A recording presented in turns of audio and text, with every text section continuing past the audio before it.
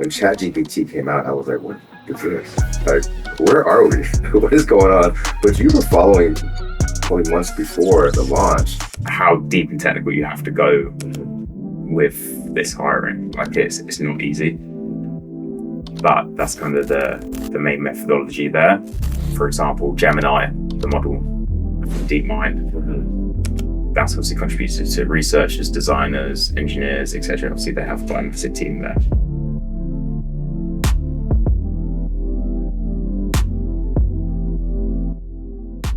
What up, world?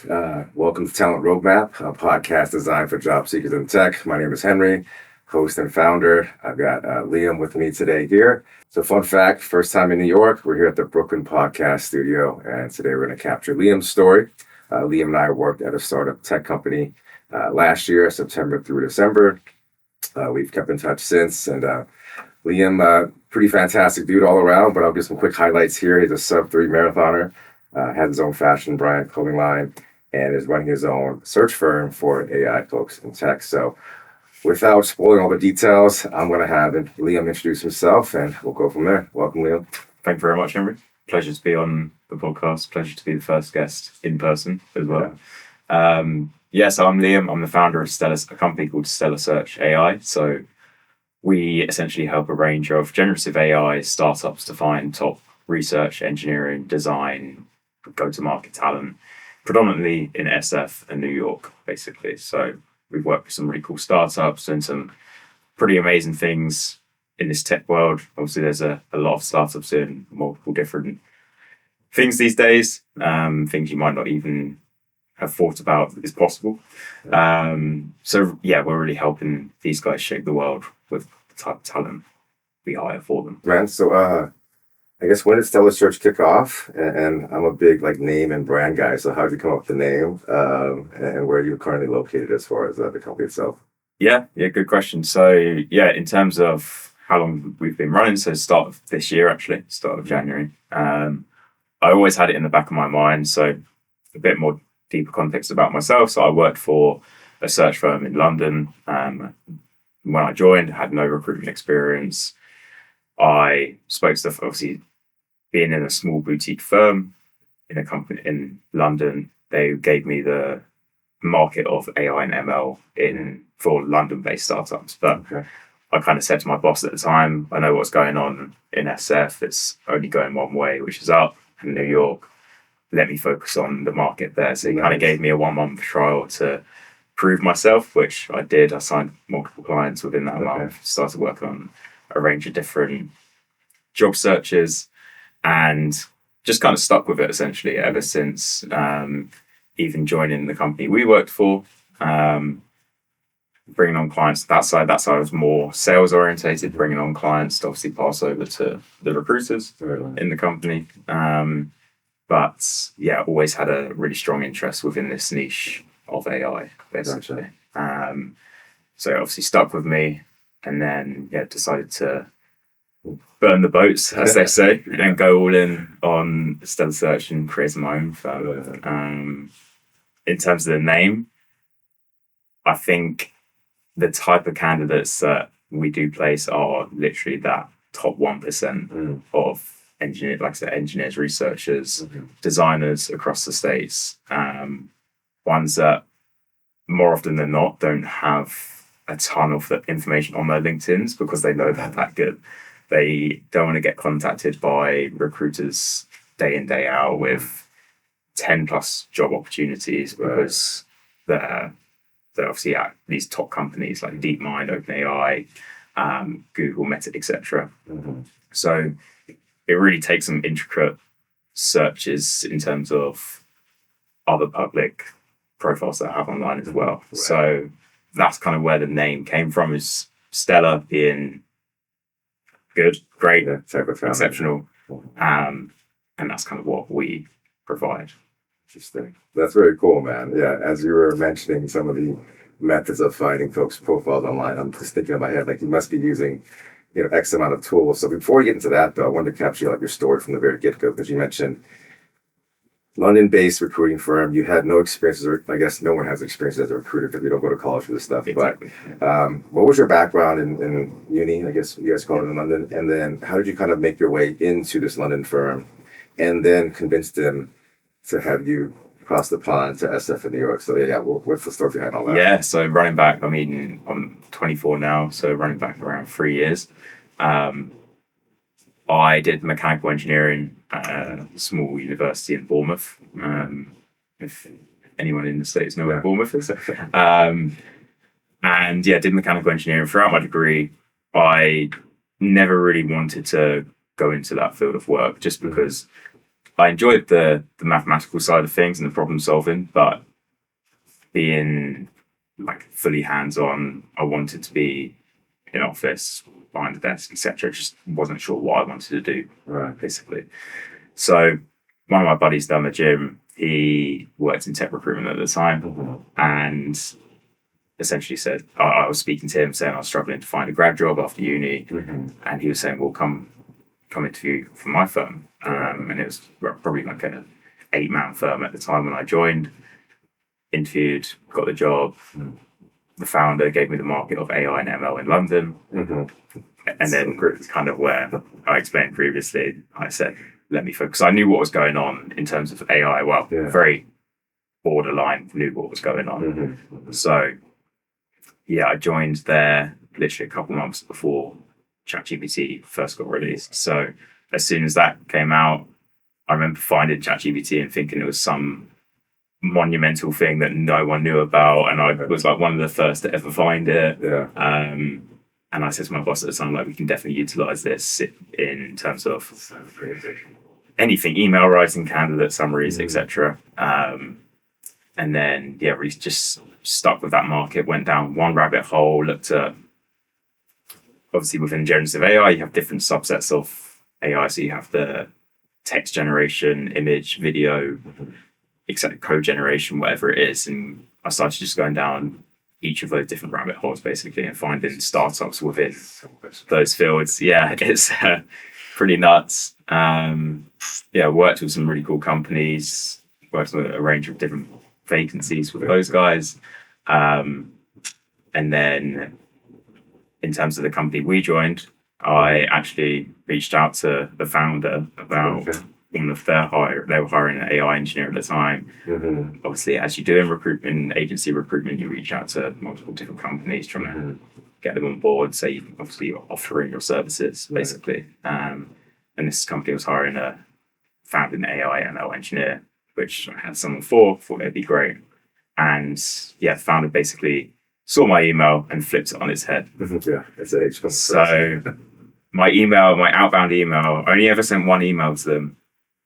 And I remember it was because of the company we joined, they were building the AI recruiting tool to obviously eventually replace recruiters further down the line. So I was placing I wanted to place an AI ML engineer into a company building AI software so that AI ML engineer could build that to eventually replace me. So it's kind of like a full circle moment. And I'm not sure if you've seen the meme where the three Spider-Men are pointing at one another. I attached that. And I think I edited it on Canva to say like me, X company, senior AI engineer you're hired for. And they liked that pitch. So they were like, we need sales guys like you. We need that creativity to really take this company from 0 to 1. Didn't expect to get myself an interview out of that, to say the least. I thought I'd be getting the AI engineer interviews, but it worked out. Joined the company, didn't look back since. Really enjoyed my time there. It just got to a point where I thought, in terms of me to progress and grow, I was doing a lot of sales orientated stuff at that company, and I wanted to jump back into kind of 360 recruiting as a whole. So that's essentially where we are today. Yeah, man. Basically, it's been a whirlwind. It feels like years ago that we met there. It does. It's only been like 6 months. Dude, there were so many things you touched on that I want to make sure I don't overlook. One, of course, your first job out of grad. was founded by just a gym, someone you at the gym. And you guys were having a conversation. You had an interview went well. And they hired you on board, then gave you the responsibility of searching for talent in this very frontier technology that no one had pretty much heard of at that point. And even I studying, don't say studying, but like just following things on LinkedIn and following tech. When ChatGPT came out, I was like, what is this? Like, where are we? What is going on? But you were following probably months before the launch. So I guess my question there is, I guess one question I say, most folks don't understand that it really is, it's kind of who you have conversations with in your day to day. You don't necessarily have to think of a job as this portal where you need to apply and send a resume or contact folks there. It could just be a conversation at the gym or dance class or a running group, right? Done a lot of networking with folks that I've trained, half marathons with and for. And then you went on to essentially tell the firm, say, hey, AI is going to be hot. Let me move. Did you ask them to move to SF New York, or we're just working on those accounts essentially? Just working on those accounts. So yeah, I'd say it was as someone with, I think I had 3 months of recruitment experience at the time, saying to my founder who had 10 plus years experience, no, I don't want to do that market. Let me focus on this. It was pretty ballsy to say the least. I was going to say that. So that's kind of why he gave me the trial of seeing whether it would work. And that's where we are now. And I think one of the clients you actually pitched, and I go back to the tech company you're working at, because I think that email you sent was pretty amazing, right? The meme with Spider-Man, that was a hot thing for a while. And for you to essentially say, hey, this is me, I'm going to hire this individual to replace me because you're the company building that, probably, obviously resonated with the founders and got you a job there. But before that, what was I going to say? Oh, so there was a client that you had pitched in SF that ultimately I landed at months later. And I want to thank you live for that because it was a great experience working there. But I guess from like a broad sense of your whole operation and how you think of systems and recruiting, and this is more for like job seekers who are listening. Liam owns his own search firm and he's reaching out to folks in your space. So how do you kind of go about that? How do you find folks? What tools are you using? I'm sure you're really thoughtful with your messaging because you seem to build relationships really well. Can we cover maybe some of that and what you're doing now? Yeah, of course. Yeah, so essentially, obviously, the main thing every recruiter would use is LinkedIn. If a candidate's not posting on LinkedIn, it's going to be very difficult for them to get opportunities in front of them and really see what's out there in the market, understand the market. And you never know, so if you don't post your work on LinkedIn as an engineer, researcher, designer, for example, if you're not building out your portfolio or anything like that, then you're really limiting your chances of maybe securing your dream job. You never know. So the main tool I use is LinkedIn. But like I said, if I'm looking for a really unique search for a company, right now I'm working on a research scientist search in SF, and they're looking for someone with vision language model experience. So vision language models obviously being like image, video to any other modality output. And it's a tough search, don't get me wrong, but the way that I'm conducting that search is a lot of these researchers, like I said, don't have their work on LinkedIn. Maybe you can find a couple people through Boolean searches, but the main method right now is diving deep onto their research papers. So really diving deep into the market of what this startup is doing in their industry, and then looking up a range of different related research papers, whether they're just simple ML models within that space or vision language models, even better large language models, etc. Finding the authors of those papers and then obviously reaching out on a very niche personal level. And my response rate on those is pretty incredible, as you can imagine, because if you get an email about a paper you've written a couple of years back, you're going to think, who the hell is this guy? Is he a stalker or something? And that's just how deep and technical you have to go with this hiring.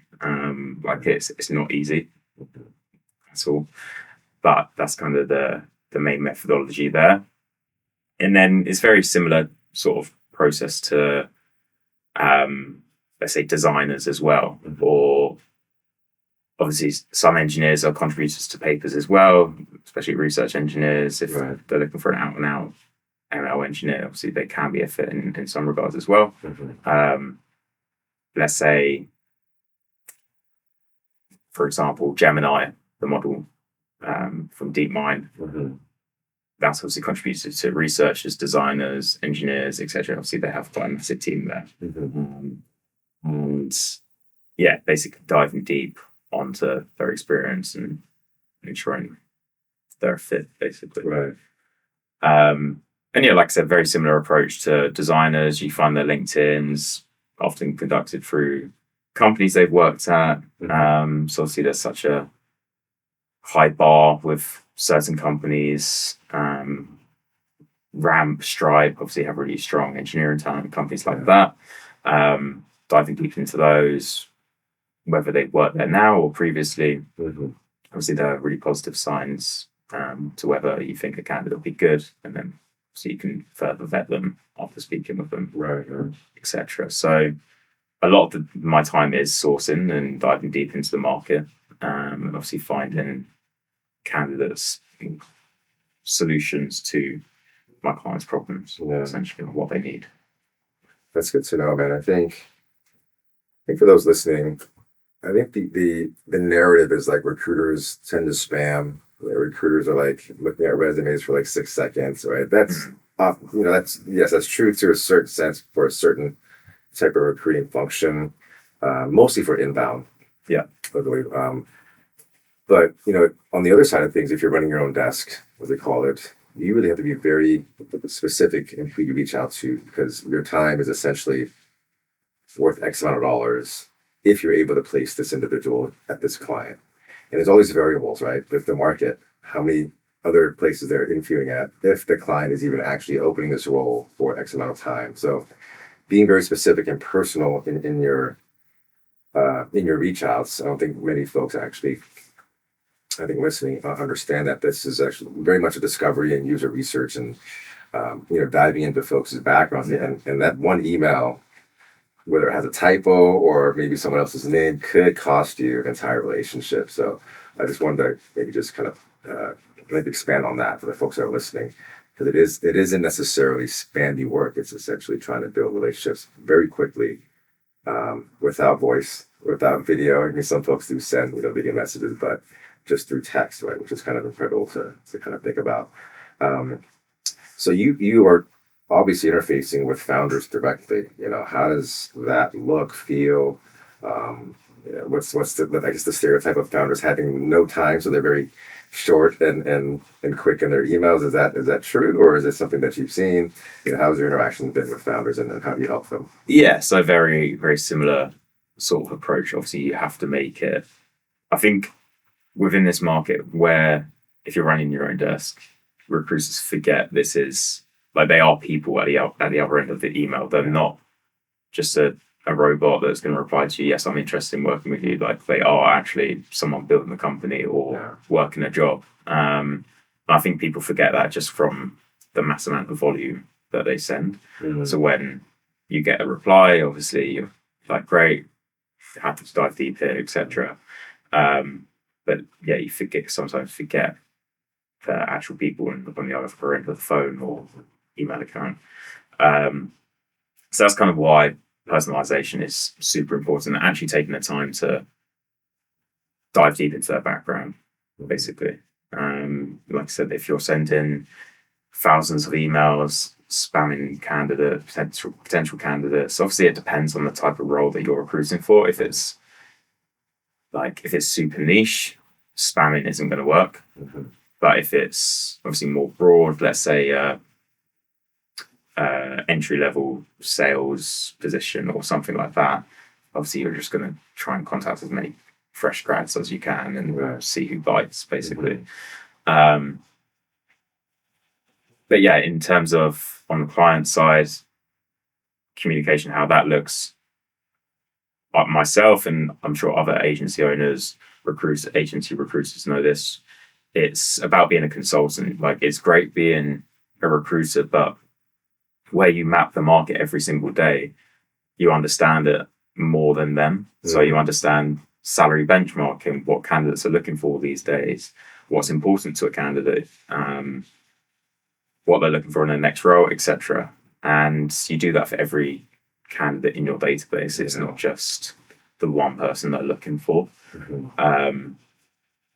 And yeah, like I said, you have to act as that superior knowledge to a client, because a client is, don't get me wrong, way smarter than I will ever be. Especially if the CTO, CEO is like, a lot of them are obviously a lot older than me. I'm only 24, so probably got 10 plus years experience on me too. Right.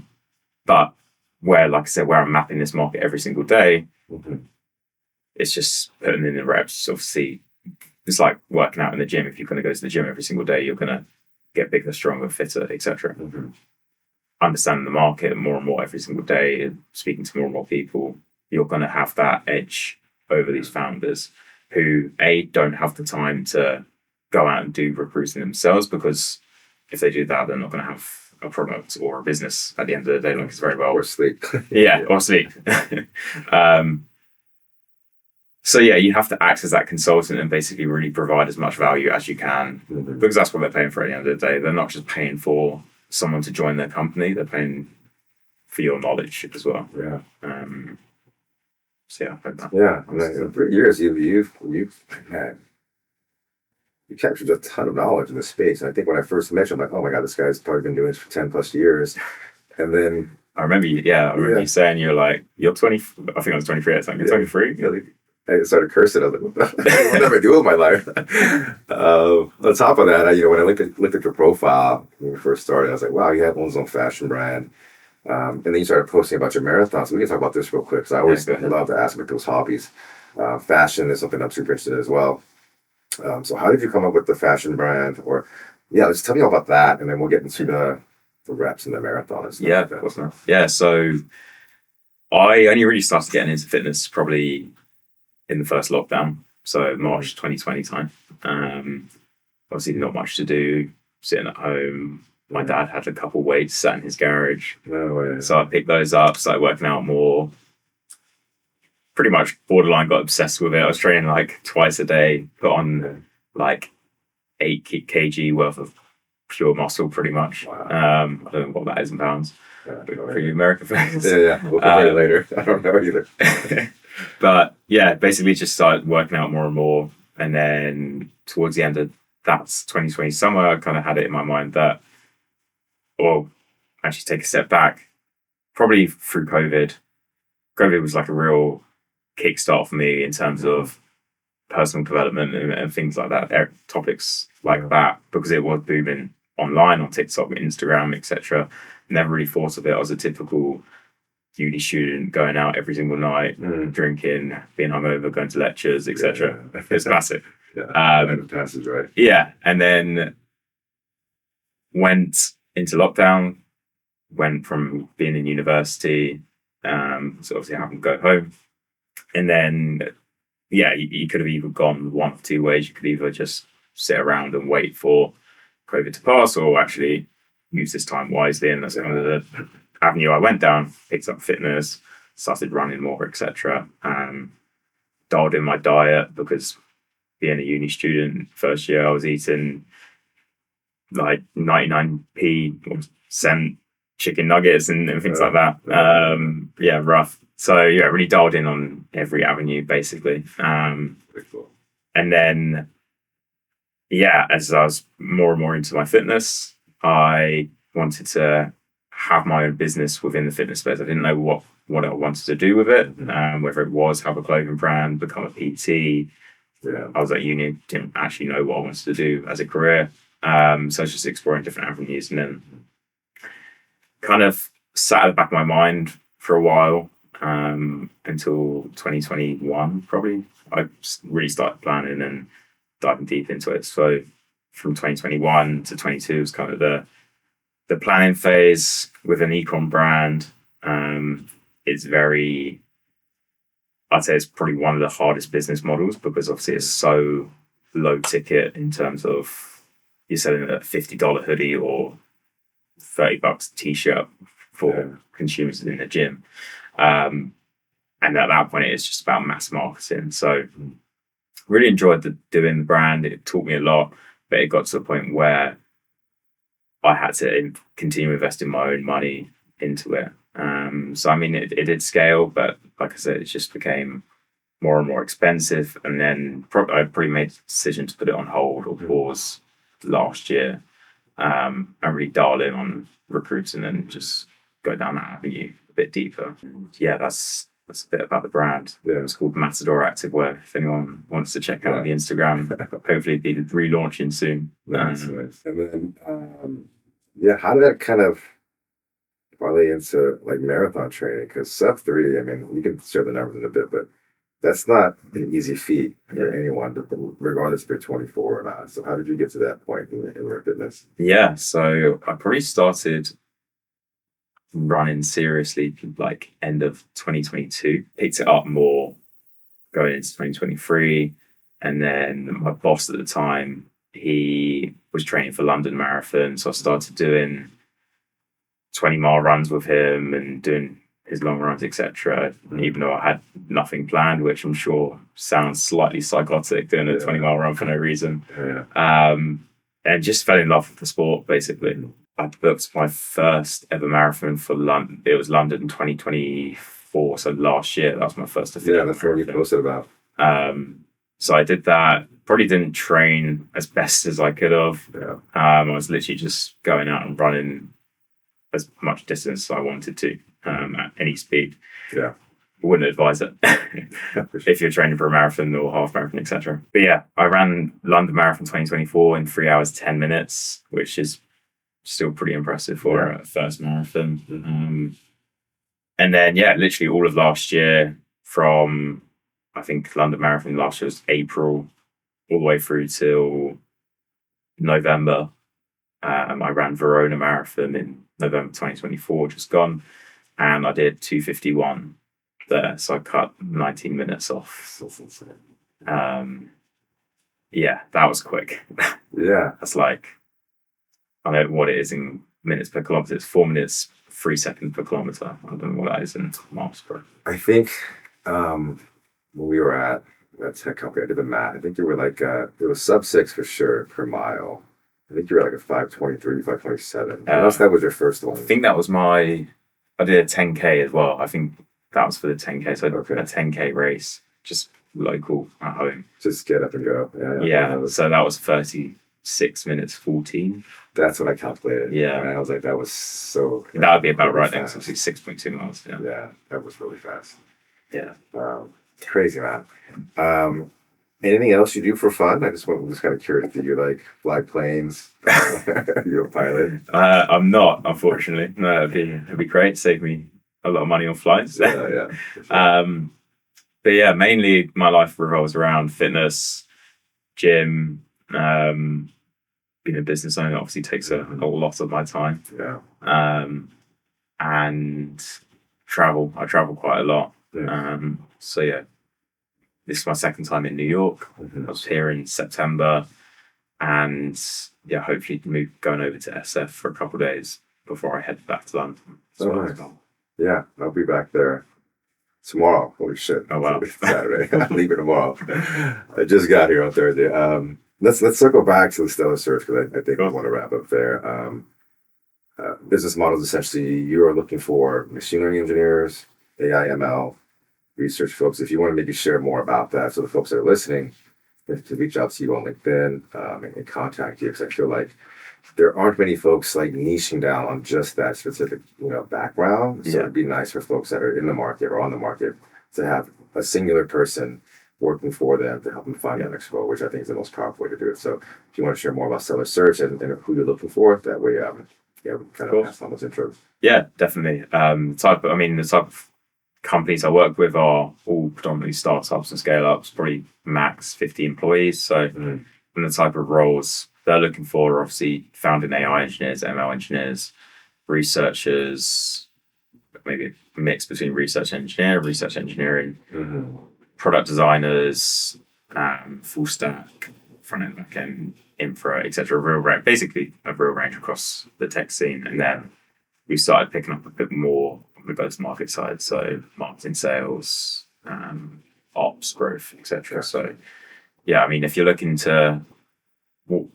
to join a startup eventually in this niche space of AI, whether you're in the generative AI field at the minute, working for a company, or you're looking to break into this, then feel free to reach out to me on LinkedIn, Liam O'Brien. I'm sure Henry will plug my LinkedIn here.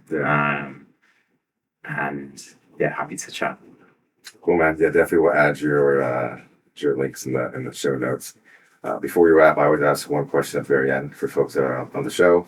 If there was one piece of advice you can give the job seekers in this market, whether it's preparation or sprucing up their resume or interview prep, from your perspective, what should folks be working on this year? Yeah, goes back to my point about saying really building your personal online presence. Whether that be your portfolio, whether that be your LinkedIn, your GitHub, whatever it is where someone is able to find you, it just gives you way more opportunities. Because if you're, let's say, for example, your LinkedIn literally just says intern, nothing else, software engineer, senior software engineer, like if there's nothing within the description of that, no one's going to find you. And no one will know whether you're looking for a new role or anything like that. So yeah, I'd say it's really crucial to really build your personal online presence. And not just to candidates, I'd say that's founders as well. Building your personal brand on platforms like LinkedIn, or I've seen founders actually post on TikTok now, like documenting their journey of building the company. Okay. There's a company called Sync who are between SF and New York, I'm familiar with, and their content's pretty cool. Okay. They post everything on YouTube, log in what it's like to build a company. Wow. So even things like that, if you're trying to attract top talent or attract more notable investors or anything like that, if you're trying to get eyes on your company, then do as much as you can online, because no one's going to find you. Sounds so crazy to say today that I think you just mentioned on both sides of the coin, content and branding is what's going to help you stand out. Yeah. Because many folks in the candidate pool, once they get into these startups, there are just so many startups competing with each other for the same talent. And as we kind of grow with technology and things get smaller, like with AI, I think for good reason, it's going to get fun, I think. I think seeing folks on social, on a platform like LinkedIn, maybe present more of their work in like an open-ended space rather than just in an interview. I think interviews, to be quite honest, could expand a bit more to have those type of just those conversations on the platform itself. I've seen people hire folks on LinkedIn just by sheer, building rapport over 3 or 4 months. It's really cool to hear, man. Anything else you'd like to add before we wrap up? I mean, I think... No, I don't think so. Like I said, if you're an engineer, designer, anything within this space, and you're looking to break into a startup, please do drop me a message. Happy to help where I can. Cool. Right on, man. Thanks for joining us today. Appreciate it. All right. We'll catch you all later.